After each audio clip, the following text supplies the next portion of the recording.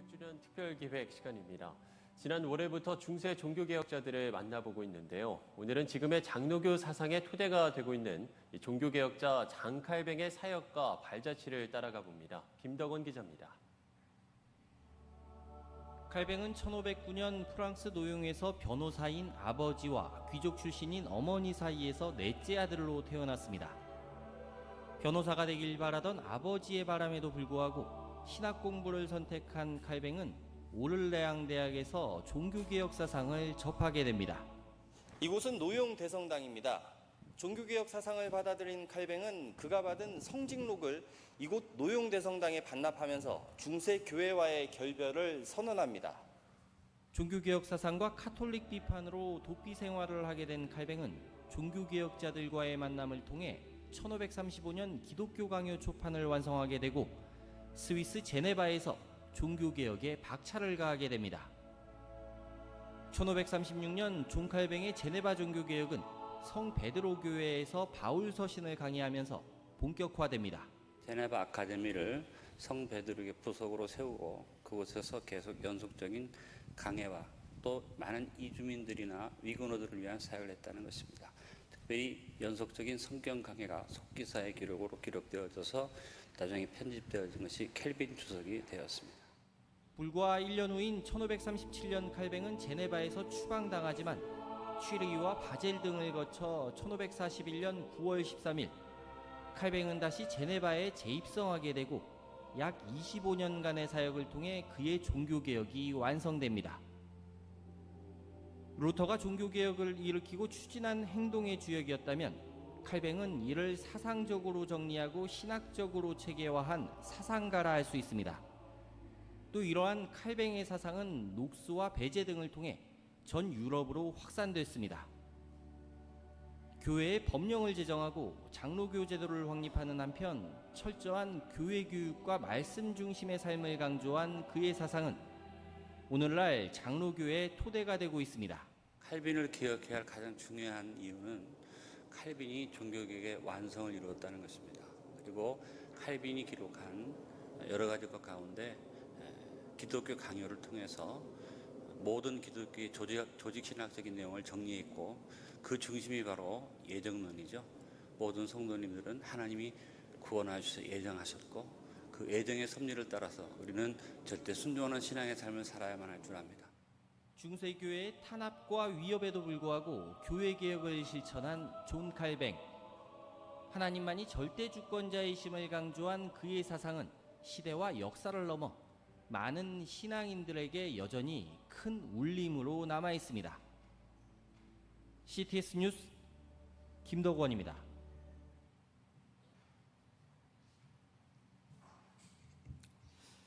네, 대주교회 성도 여러분, 영상 잘 보셨습니까? 네, 저는 동광교회에서 심호하고 있는 신재승 목사입니다. 또 귀한 교회에 초대해 주셔서 말씀을 전할 수 있도록 인도해 주셔서 감사를 드립니다. 여러분 지금 영상을 보셨는데요. 이 존 칼빈, 우리가 흔히 이제 존 칼빈이라고 부르는데 영어로는 이제 뭐 켈빈이라고 그러기도 하고요. 또 라틴어를 쓸 때는 칼비누스 그렇게 부르기도 합니다. 근데 이제 원래 프랑스 사람이기 때문에 우리가 좀 이제 정확하게 프랑스 발음을 하자면 장 깔뱅 이렇게 부르면 좋을 것 같은데 한번 해볼까요? 오랜만에 장 깔뱅.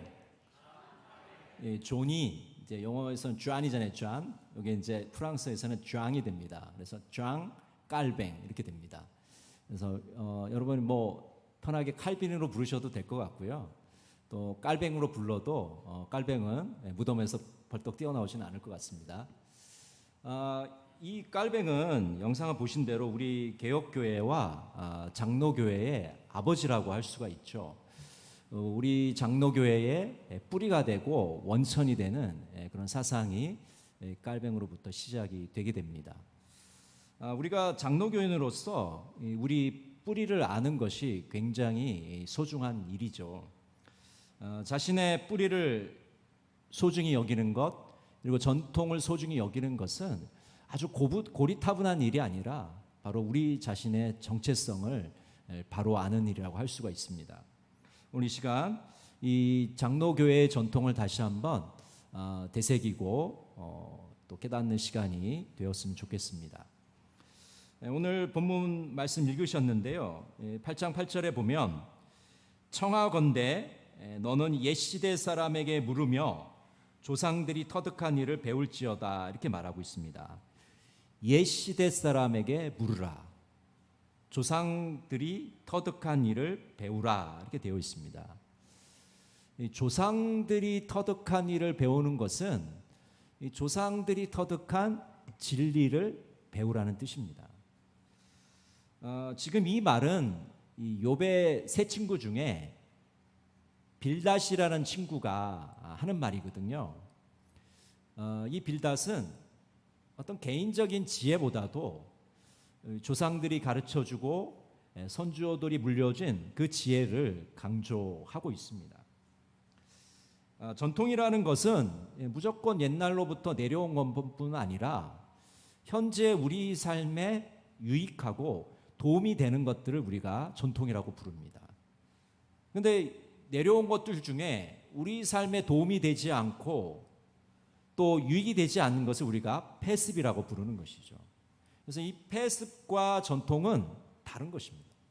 그래서 우리가 전통이라고 부르는 것은 현재의 삶에 도움이 되고 유익한 것이 되는 것이죠. 저는 지금 전임 목회를 한 지 한 25년 되는데요. 이렇게 설교 시간에 웃도리를 안 입고 이렇게 올라온 건 처음입니다. 제가 25년 동안 목회하면서 교육 전도서까지 합치면 한 30년 넘는데 이렇게 옷을 안 입고 온 게 오늘 처음이거든요. 그래서 저도 굉장히 지금 너무 새로운 경험을 하고 이게 좋은 전통인 것 같아요. 우리 장로님께서 올라오시면서 우리 교회는 30년 전부터 이렇게 했습니다라고 말씀하시는데 정말 앞서간 교회 같아요. 지금 아직도 한국의 많은 교회들이 이 무더운 여름날 에어컨을 틀어놓고서는 계속 부채질을 하면서 덥다고 그래요. 반팔 입으면 되는데 가운을 입고, 저도 오전에 가운 입고 설교했거든요. 네, 좀 뒤처진 목사죠. 근데 이렇게 또 여러분 반팔 입고 예배드리는 모습을 보면서 참 앞서간 교회다. 참 좋은 전통을 가지셨구나 이런 생각이 들었습니다. 살아있는 전통은요 언제나 우리 현재의 신앙생활에 도움이 되는 것입니다. 또 우리들이 하나님을 더욱 잘 섬기는데 유익한 것이 바로 살아있는 전통이라고 할 수가 있을 것입니다. 우리는 이제 해마다 10월 달이 되면 종교개혁주의를 기념하고 있지 않습니까? 여러분 언제인 줄 아시죠? 10월 마지막 주, 매년 10월 마지막 주에 종교개혁주의를 우리가 기념을 하고 있습니다. 그래서 우리가 장로교인이라는 것을 아는 것이 굉장히 중요합니다. 이 장로교회보다 조금 더 큰 개념이 개혁교회라는 개념이거든요. 그러니까 사실은 여러분 우리는 어디 소속이냐 하면 개혁교회의 소속이에요. 근데 이 개혁교회는 루터교회보다 조금 더 개혁을 했다고 그래서 더 말씀에 가깝게 개혁을 했다고 그래서 개혁교회라고 부르는 겁니다. 개혁이 아니고 개혁이죠. 개혁교회. 근데 그 개혁교회 일원 중에 우리 장로교회가 있는 것이죠. 특별히 장로 제도를 가지고 있는 장로교회가 있는 것입니다. 우리 대지교회가 장로교회죠. 대한예수교 장로회 통합 측에 속해 있는 교회인데 저희 교회도 물론 우리 통합 측에 속해 있는 교회입니다. 이 개혁교회라는 큰 틀 속에서 함께 신앙생활하는 형제 자매들인 것이죠. 현재 이 개혁교회는요 스위스, 네덜란드, 영국, 미국, 남미, 북미, 아프리카 전 세계에 이 개혁교회 후손들이 펼쳐져 있습니다. 개혁교회는 그 나름대로 전통이 있는데요. 이 개혁교회의 전통 중에 아주 강조하고 가치 있게 중요하게 생각하는 가치들이 있어요. 그래서 우리가 기풍이라 그러기도 하고 정신이라 그러기도 합니다. 영어로 하면 스피릿이라고 그러는데 이 장로교회에는 정신이 있어요. 여러분 장로교회 다니시면서 신앙생활하면서 이 정신이 있다는 말 들어보셨습니까? 사실은 명시적으로 이렇게 말하지 않더라도 그동안 우리가 몇십 년 동안 신앙생활하면서 우리가 늘 느꼈고 중요하게 생각했던 것이 바로 우리 장로교인의 정신이라고 할 수가 있습니다. 오늘 몇 가지를 살펴보려고 하는데요. 첫 번째는 바로 하나님께 영광을 돌리는 정신입니다. 한번 따라해 보실까요? 하나님께 영광을 돌리는 정신. 장로교인은요, 하나님께 영광을 돌리는데 집중합니다. 고린도전서 10장 31절에 보면 그런즉 너희가 먹든지 마시든지 무엇을 하든지 다 하나님의 영광을 위하여 하라, 이렇게 말씀하고 있습니다. 우리 장로교인의 삶의 목적이 하나님께 영광을 돌리는 데 있다는 것이죠. 여러분, 우리 그리스도인들의 삶의 목적이 바로 그거 아니겠습니까? 모든 그리스도인들의 삶의 목적이 하나님께 영광을 돌리는 것인데 우리 장로교회는 특별히 그것을 강조합니다. 우리의 삶의 목적이 무엇인가? 왜 이 세상에 왔고 무엇을 위해 살아가고 우리는 어디로 향하고 있는가? 그렇게 우리가 그 질문에 대해서 대답을 할 때 하나님의 영광을 위해서 사는 사람입니다라고 우리는 대답할 수 있겠죠. 아주 오래 전에 제가 이제 교육전도사 시절인데 그때 예배 이제 아동부 예배를 드리고 나서 이런 광고 시간에 매달 아이들 생일 잔치를 해줬어요. 여러분, 생일 잔치 할 때 이렇게 케이크에 촛불 붙이고 난 다음에 노래 불러주잖아요. 무슨 노래 부릅니까? Happy birthday to you, 이렇게 노래 불러주잖아요. 근데 아이들이 좀 재밌게 하려고 아이들이 가사를 바꿔서 왜 태어났니? 너는 왜 태어났니? 이렇게 부르는 거예요. 장난스럽게. 근데 저는 이제 그 노래를 들으면서 가사를 들으면서 이런 생각을 했어요. 왜 태어났나? 이 질문을 이 아이들이 하고 있는데 어른으로서 참 부끄럽더라고요. 왜 태어났을까요? 우리는 하나님께 영광을 돌리기 위해서 태어난 사람들 아니겠습니까? 아이들은 장난처럼 했지만은 그 속에 정말 심오한 진리가 숨겨져 있는 것이죠. 우리는 하나님의 영광을 위해서 태어난 사람들입니다. 그래서 우리 장로교인들은 삶의 목적을 하나님께 영광을 돌리는 데 두어야 하는 것입니다. 그래서 여러분, 앞으로 누군가 여러분에게 당신은 왜 삽니까? 삶의 목적이 무엇입니까? 물으실 때 뭐라고 대답하셔야 됩니까? 하나님께 영광을 돌리기 위해서 저는 살아가고 있습니다 라고 대답하시면 될 것 같아요. 이제 두 번째는요, 이 장로교회는 우상 숭배를 물리칩니다. 한번 따라해 보실까요? 우상 숭배를 물리친다. 갈라디아서 5장 19절부터 21절에 보면 이렇게 말씀이 있어요. 육체의 일은 분명하니 곧 음행과 더러운 것과 호색과 우상 숭배와 주술과 원수 맺는 것과 분쟁과 시기와 분냄과 당 짓는 것과 분열함과 이단과 투기와 술 취함과 방탕함과 또 그와 같은 것들이라. 전에 너희에게 경계한 것 같이 경계하노니 이런 일을 하는 자들은 하나님의 나라를 유업으로 받지 못할 것이요. 이 장로교회는요, 잘못된 신앙을 개혁하는 일에 굉장히 중요하게 생각을 하고 있습니다. 잘못된 신앙, 그것을 고쳐나가는 일에 큰 관심을 갖고 있습니다. 그것을 우리가 이제 다른 말로 하면 우상이라고 그러잖아요. 우상. 네? 뭐 그것이 어떤 신상을 세워놓고 그것에 절하는 것뿐만 아니라 오늘날로 얘기하자면 뭐 물질 만능주의라든지 또 배금주의라든지 한탕주의라든지 또 쾌락주의라든지 이런 것들이 다 우리의 우상이 될 수가 있는 것입니다. 오늘날 한국교회의 가장 큰 우상을 꼽으라면 아마 맘몬이라는 우상일 겁니다. 여러분, 맘몬 다 아시죠? 우리가 물질의 신이라고 부르는 거 아니겠습니까? 이 맘몬이 이 세상을 지배할 뿐 아니라 우리 교회를 지금 지배하고 있어요. 그래서 모든 교회에서 일어나는 일들의 기준이 돈입니다. 돈. 그 얼마 들어요, 돈? 돈 때문에 못 하겠어요? 돈 때문에 싸웁니다.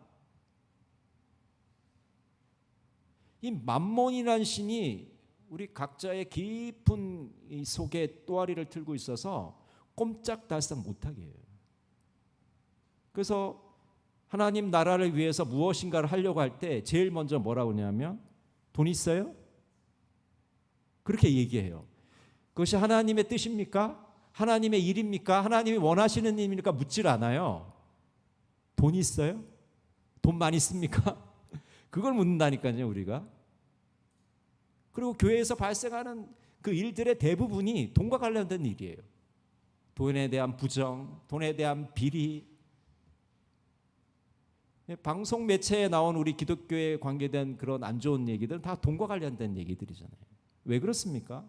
우리는 하나님을 고백하고 하나님을 믿는 사람들인데 이 맘몬이라는 우상을 섬기고 있기 때문에 제대로 된 하나님 나라의 백성으로 살지 못하는 것이죠. 그래서 장로교회는 이 우상 숭배를 철저하게 배격하는 사람들인 것입니다. 자, 세 번째는요. 장로교회는 역사적 책임을 지는 사람들입니다. 하나님은 인간의 역사 속에서 하나님의 목적을 수행해 나가십니다. 그래서 우리 장로교인들은 자기 세계에 대한 책임이 있는 사람입니다. 그럼 흔히 많은 사람들이 그렇게 얘기하잖아요. 신앙생활 하면서 그 주일날 예배 시간에 예배한 시간 드리고 이 천국행 티켓을 따면 되지 않느냐, 천국 가면 되지 않느냐, 뭐 더 이상 뭐가 필요하냐, 그렇게 얘기하는 사람들이 의외로 많습니다. 또 현대 교회에 많은 사람들이 그렇게 생각하는 사람이 의외로 많아요. 주일날 1시간 내가 희생을 하고 헌신을 하고 투자해서 천국 가는 티켓을 따면 되는 것이지 뭐 필요하냐. 그렇습니까? 그 신앙생활 본질입니까? 아니잖아요.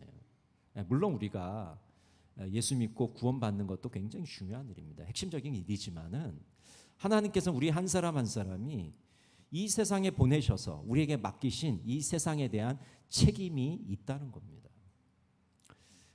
제가 아는 어떤 목사님이 이런 얘기를 하세요. 그분이 이제 시골 교회에 이제 계시는 분인데 자기가 그 시골에서 이장을 하고 있대요. 동네 이장. 여러분 목사님이 동네 이장을 하고 있대요. 그래서 너무 신기하지 않습니까? 그래서 좀 힘들지 않으세요? 그랬더니 너무 좋다는 거예요. 왜냐하면 여러분 이장이면 어떤 특권이 주어집니까? 남의 집을 아무 때나 들어갈 수 있어요. 그리고 동네 사람이 다 도와달라고 얘기해요. 뭐 방송을 해달라, 뭐 읍내에 가서 뭘 사달라, 뭐 농번기에는 또 뭐 일을 해달라, 도움을 달라, 뭐 여러 가지 많은 이장에게 요구하는 게 많더라고요. 근데 목사님이기도 하고 이장님이기도 하니까 그냥 동네 사람들을 이장으로 도와주면서 자연스럽게 전도하시는 거예요. 왜냐면 특별히 전도 안 해도 그 목사님이 이 교회 나오라고 할 때 반대할 사람 누가 있겠습니까? 그렇죠? 이장님이 나오라고 그러는데 누가 반대를 하겠어요? 그러니까 자연스럽게 전도도 잘 되고 그 마을이 훨씬 아름답게 가꿔지고 든든히 서는 것을 보았습니다. 우리 세계에 대한 이 책임이 하나님께서 우리에게 맡기신 책임입니다. 그런데 장로교회는요, 이 세상에 대한 책임을 그동안 잘 감당해 왔어요. 이 대직교회도 이곳에서 하나님 나라를 위해서 섬기고 구제하는 일들을 오랫동안 해오셨을 겁니다. 그런데 앞으로도 우리에게 주어진 이 세상을 섬기는 일을 방기하지 않고 책임을 다해서 해야 나가야 됩니다. 이 세상에 대한 책임을 우리 장로 교인들에게 맡기셨기 때문입니다. 또 장로교인의 정신은요, 이 정신적인 성숙함을 보이는 것입니다. 한번 따라해 보실까요? 정신적인 성숙함을 보이는 것이다. 디모데전서 4장 15절에 보면 이런 말씀이 있습니다. 이 모든 일에 전심전력하여 너의 성숙함을 모든 사람에게 나타나게 하라. 이 장로교인들이 보면요, 가는 곳마다 선교를 하는데 교회와 나란히 그 옆에 학교를 세웠습니다. 그래서 우리나라도 보면요, 우리나라의 많은 학교들의 일부가 장로교인들이 세운 학교가 엄청 많아요. 그리스도인들이 세운 학교도 많고 그 중에 장로교인이 세운 학교들이 엄청 많습니다. 여러분 우리 교단이 세운 학교들 혹시 알고 계세요?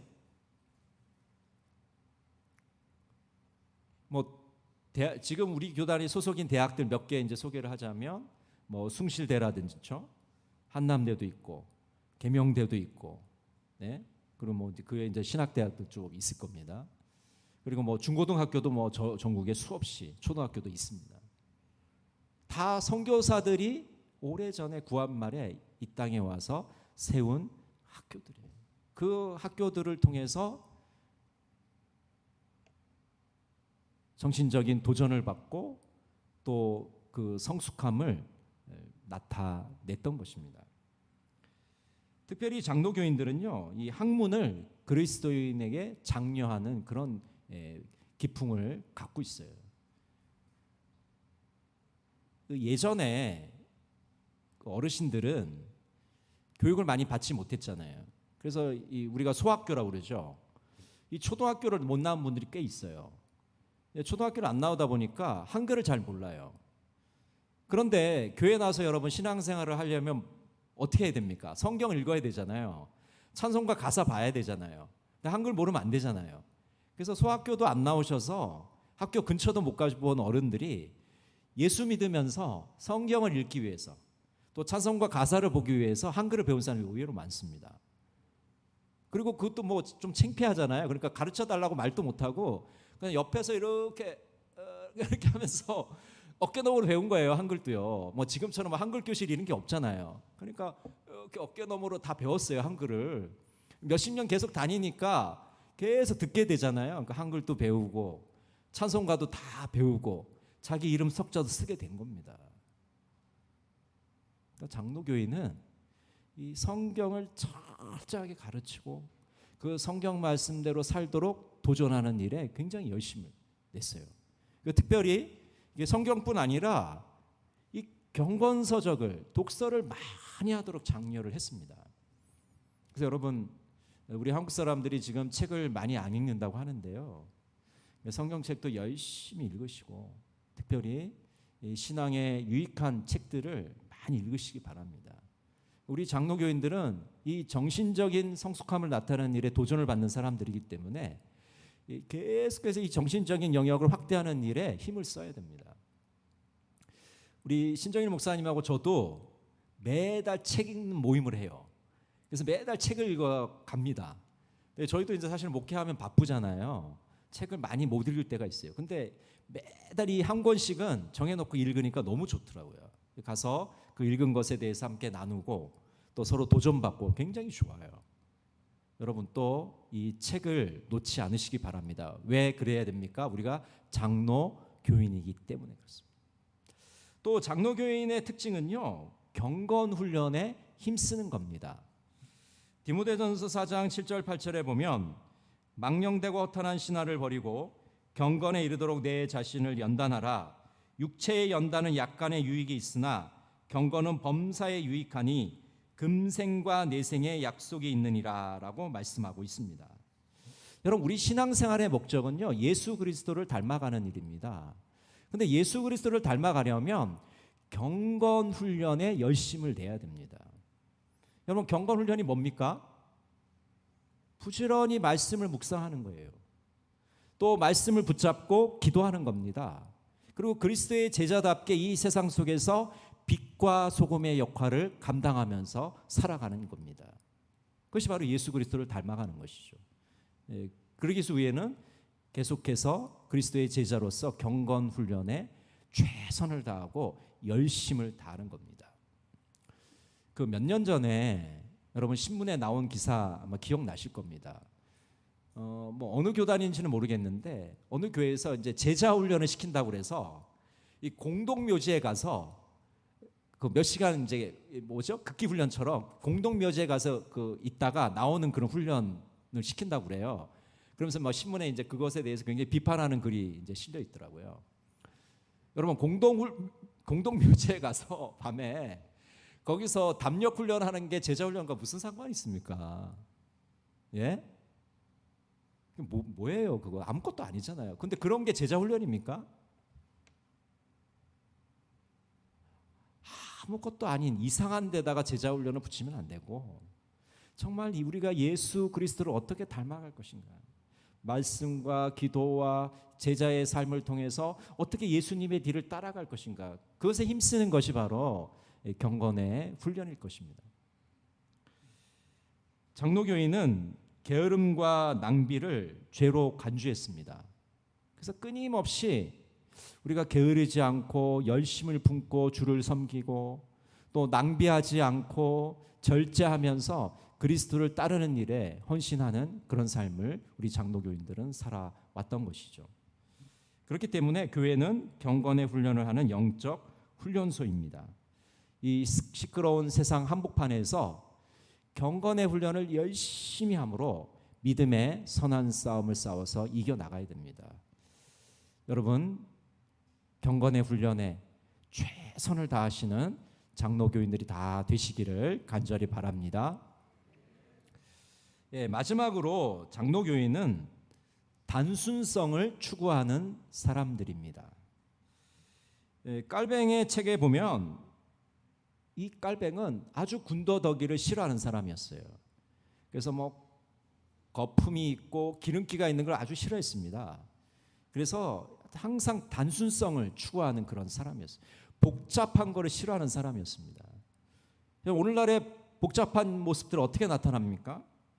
무엇을 아는 체 하는 사람, 거만한 사람, 속이는 사람, 일을 복잡하게 만드는 사람, 겉다르고 속다른 사람, 거짓말하는 사람, 험담하는 사람, 이런 사람들이 단순하지 않는 사람들이에요.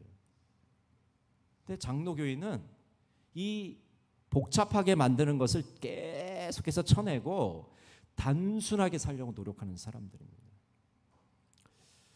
제가 청소년기에 어른들을 따라서 어느 집에 신방을 가게 됐어요. 보통 학생들은 같이 하지 않습니까? 근데 그때 무슨 일이었는지 하여튼간 어른들 따라서 이제 신방을 가게 됐는데 제 기록으로는 그 부산대 교수님의 집이었어요. 근데 그 집이 교수님이 이제 학교는 부산대 교수님이었는데 집은 서울에 있었어요. 그래서 제가 이제 그 서울에 있는 집을 가게 됐는데 저는 그때 좀 어려가지고 교수님 집이면 굉장히 이제 대골같이 의리의리하겠다 이렇게 생각을 하고 딱 갔는데 집이 너무 작은 거예요. 생각보다 너무 집이 작아요. 그리고 가구가 하나도 없어요. 그래서 이사를 금방 오셨나? 그렇게 생각을 해도 가구가 하나도 없는 거예요. 근데 알고 보니까 이 교수님의 지론이 뭐냐면 자기 개인에게 들어가는 거는 최소한으로 줄이고 하나님 나라를 위해서 거기에 모든 자기의 물질을 거기에 투자를 하시는 거예요. 선한 사업을 위해서 아낌없이 투자하시는 거예요. 그러니까 집에 가구가 없어요. 소파 하나가 없습니다. 식탁 하나가 없어요. 정말 절제하고 소박하게 사시는 거예요. 그리고 자신의 모든 물질을 그 하나님 나라를 위해서 그렇게 쏟아붓는 모습을 저도 아직 오래전의 일이지만 지금 아직도 인상 깊게 기억을 하고 있습니다. 그렇죠. 우리 장로교인은 단순성을 추구하는 사람입니다. 일을 복잡하게 만들고 내 자신에게 쓰이는 것을 풍족하게 하는 것이 아니고 어떻게 하면 하나님 나라를 풍요롭게 할 것인가, 다음 세대를 어떻게 하면 더 좋게 만들 것인가, 우리 교회를 어떻게 하면 더 좋게 만들 것인가에 더 관심이 있는 거죠. 장로교인으로서 단순성을 추구하시는 여러분 모두가 되시기를 간절히 바랍니다. 어느 침례 교인이 천국을 가게 됩니다. 그래서 이 침례 교인이 너무 궁금한 거예요. 이 침례 교인들은 천국에 몇 명이나 왔나 너무 궁금했어요. 그래서 예수님께 물어봤어요. 예수님, 이 천국에는 침례 교인이 몇 명이나 왔나요? 그랬더니 예수님이 침례 교인은 한 명도 오지 않았어, 이렇게 대답하시는 거예요. 그래서 너무 깜짝 놀라서 이 침례 교인이 그럼 장로 교인은 몇 명 왔어요? 근데 예수님이 장로 교인도 한 명도 없고 감리 교인도 한 명도 없고 성결 교인도 한 명도 없어, 이렇게 대답하시는 거예요. 그래서 침례 교인이 너무 놀라서 그럼 누가 천국에 왔습니까? 예수님이 이렇게 말씀하셨습니다. 여기는 그리스도인 뿐이다. 여러분, 이 이야기가 무엇을 얘기해 줍니까? 우리가 장로교인으로서의 자부심, 장로교회에서 정체성을 가져야 되지만 그 아름다운 유산을 우리가 계속해서 그 전통을 살려가야 되지만 우리가 그리스도인이라는 것을 잊지 말아야 됩니다. 예수 그리스도 안에서 다른 교단과 다른 교파의 형제자매들과 끊임없이 교류하면서 그들의 장점을 계속해서 배워나가야 됩니다. 나의 장점을 살려나가면서 다른 교파 사람들의 장점을 계속해서 배워나가야 돼요. 난 장로교이니까 다른 교단은 다 필요 없어 이런 게 아니고 우리 것을 잘 살려나가면서도 다른 교파의 좋은 점들을 계속해서 섭취해 나가요. 그래야만 우리가 개혁하는 교회로서 아름다운 모습을 유지해 나갈 수 있습니다. 여러분, 참 무더운 날씨인데요. 정말 하나님께서 우리를 장로교인으로 부르셨습니다. 장로교인으로서 그 정신을 되살리면서 주님께서 부르신 그 사명을 잘 감당해 나가시는 우리 대주교회 성도들이 다 되시기를 간절히 바랍니다. 기도하겠습니다. 사랑의 하나님,